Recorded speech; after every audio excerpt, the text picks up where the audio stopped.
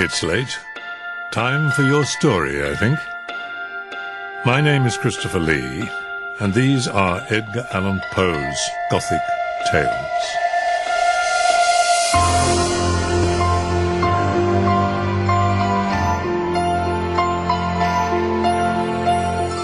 Have you ever been kept up at night by a guilty conscience, with not a sound in the house but the ticking of the clock on the mantelpiece, and the pulsing of blood in your ears? You're not alone, as you were about to find out in tonight's offering, The Telltale Heart.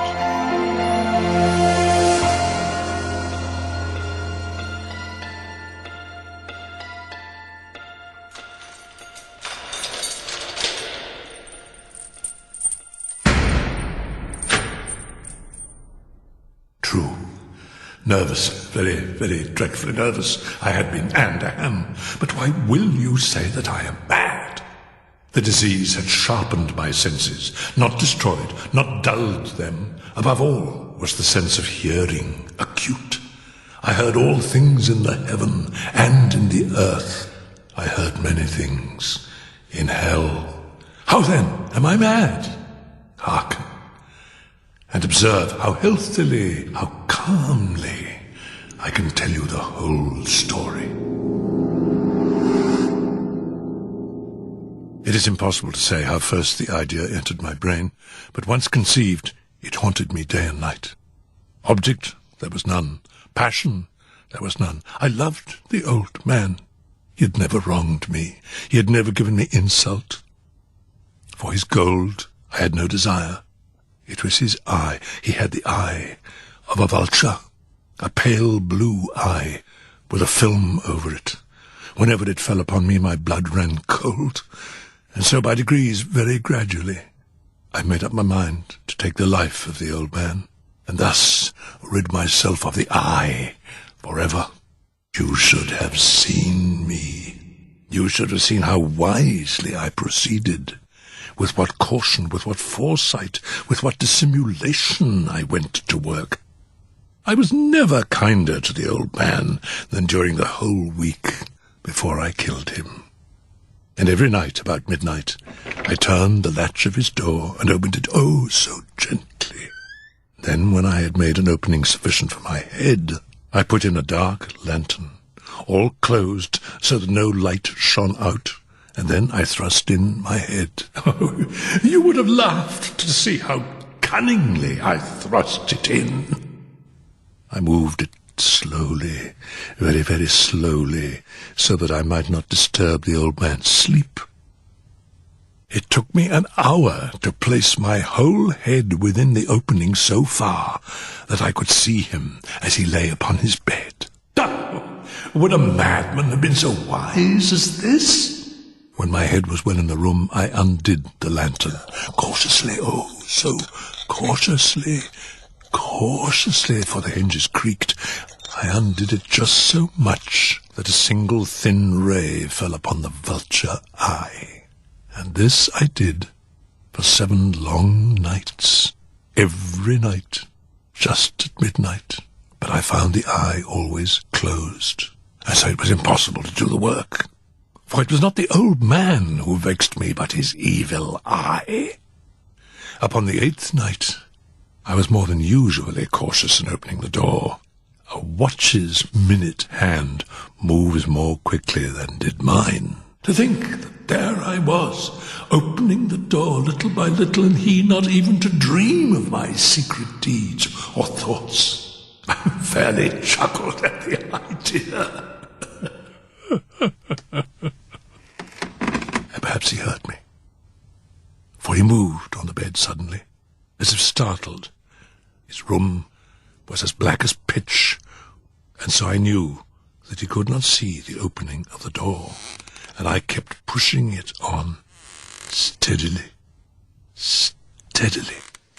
I had my head in, and was about to open the lantern, when my thumb slipped upon the tin fastening, and the old man sprang up in bed, crying out, "Who's up there?" I kept quite still, and said nothing. For a whole hour I did not move a muscle. And in the meantime I did not hear him lie down. He was sitting up in bed, listening, just as I have done, night after night, hearkening to the death watches in the wall. Presently I heard a slight groan, and I knew it was the groan of mortal terror. I knew that he'd been lying awake ever since the first slight noise, when he turned in the bed. His fears had been ever since growing upon him. He'd been trying to fancy them causeless, but could not. He'd been saying to himself, "Oh, it's nothing but the wind in the chimney. It's only a mouse crossing the floor. Or it is merely a cricket which has made a single chirp." Yes, he had been trying to comfort himself with these suppositions, but he had found all in vain. All in vain, because death, in approaching him, had stalked with his black shadow before him and enveloped the victim. And it was the mournful influence of the unperceived shadow that caused him to feel the presence of my head within the room. When I'd waited a long time, very patiently, without hearing him lie down, I resolved to open a very, very little crevice in the lantern. So I opened it. You cannot imagine how stealthily, until at length a simple, dim ray, like the thread of the spider, fell full upon the vulture eye. It was open, wide open, and I grew furious as I gazed upon it. I saw it with perfect distinctness, all a dull blue, with a hideous veil over it that chilled the very marrow in my bones. But I could see nothing else of the old man's face or person, for I directed the ray as if by instinct, precisely upon the damned spot. Had I not told you that what you mistake for madness is but over-acuteness of the senses? Now, I say, there came to my ears a low, dull, quick sound, such as a watch makes when enveloped in cotton. I knew that sound well, too. It was the beating of the old man's heart. It increased my fury, as the beating of a drum stimulates the soldier into courage. But even yet I refrained, and kept still. I scarcely breathed. I held the lantern motionless. I tried how steadily I could maintain the ray upon the eye. Meantime, the hellish tattoo of the heart increased. It grew quicker and quicker and louder every instant. The old man's terror must have been extreme. It grew louder, I say, louder every moment. Do you mark me well? I've told you that I am nervous. And now, at the dead hour of the night, amid the dreadful silence of that old house, so strange a noise as this excited me to uncontrollable terror. Yet for some minutes longer I refrained and stood still. But the beating grew louder. I thought the heart must burst. New anxiety seized me. The sounds would be heard by a neighbor. The old man's hour had come. With a loud yell, I threw open the lantern and leaped into the room. He shrieked once only. In an instant, I dragged him to the floor and pulled the heavy bed over him. I then smiled gaily to find the deed so far done. But for many minutes the heart beat on with a muffled sound. This, however, did not vex me. It would not be heard through the wall. At length it ceased. The old man was dead. I removed the bed and examined the corpse. Yes, he was stone dead. His eye would trouble me no more. If you still think me mad, you will think so no longer when I describe to you the wise precautions I took for the concealment of the body. The night waned, and I worked hastily, but in silence. First of all, I dismembered the corpse. I cut off the head and the arms and the legs. I then took up 3 planks from the flooring of the chamber and deposited all between the scantlings. I then replaced the boards so cleverly, so cunningly, that no human eye, not even his, could have detected anything wrong. There was nothing to wash out, no stain of any kind, no blood spot whatever. I'd been too wary for that. When I had made an end of these labours, it was 4 o'clock, still dark as midnight.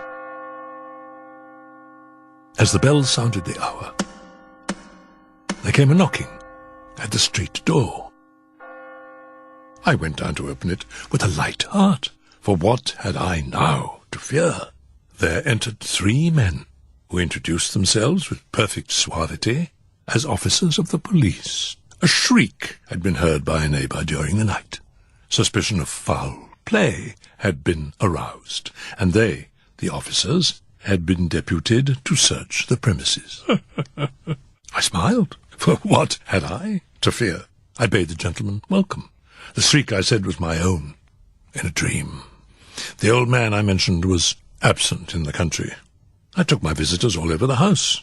I bade them search well. I led them at length to his chamber. I showed them his treasures, secure, undisturbed. In the enthusiasm of my confidence, I brought chairs into the room, and desired them here to rest from their fatigues, while I myself, in the wild audacity of my perfect triumph, placed my own seat upon the very spot beneath which reposed the corpse of the victim. The officers were satisfied. My manner had convinced them. I was singularly at ease. They sat, and while I answered cheerily, chatted of familiar things. But ere long, I felt myself getting pale, and wished them gone. My head ached, and I fancied a ringing in my ears, but still they sat and chatted. The ringing became more distinct. I talked freely to get rid of the feeling, but it continued, and became, the ringing became more distinct, until at length I found that the noise was not within my ears. No doubt, I now grew very pale, but I talked more fluently and with a heightened voice, yet the sound increased.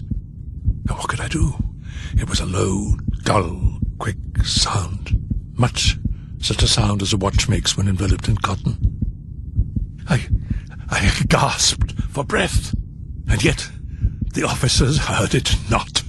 I talked more quickly, more vehemently, but the noise steadily increased. I arose and argued about trifles in a high key and with violent gesticulations, but the noise steadily increased. Why would they not be gone? I paced the floor to and fro with heavy strides, as if excited to fury by the observations of the men, but the noise steadily increased. Oh, God, what could I do? I foamed, I raved, I swore. I swung the chair upon which I had been sitting and grated it upon the boards, but the noise arose over all and continually increased. It grew louder, and still the men chatted pleasantly and smiled. Louder. Was it possible they heard not? Almighty God, no, they heard, they suspected, they knew. They were making a mockery of my horror. This I thought, and this I think. But anything was better than this agony. Anything was more tolerable than this derision. I could bear those hypocritical smiles no longer. I felt that I must scream or die. And now, again, hark! Louder!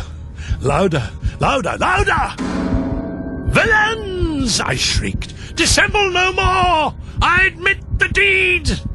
Tear up the planks here! It is the beating of his hideous heart!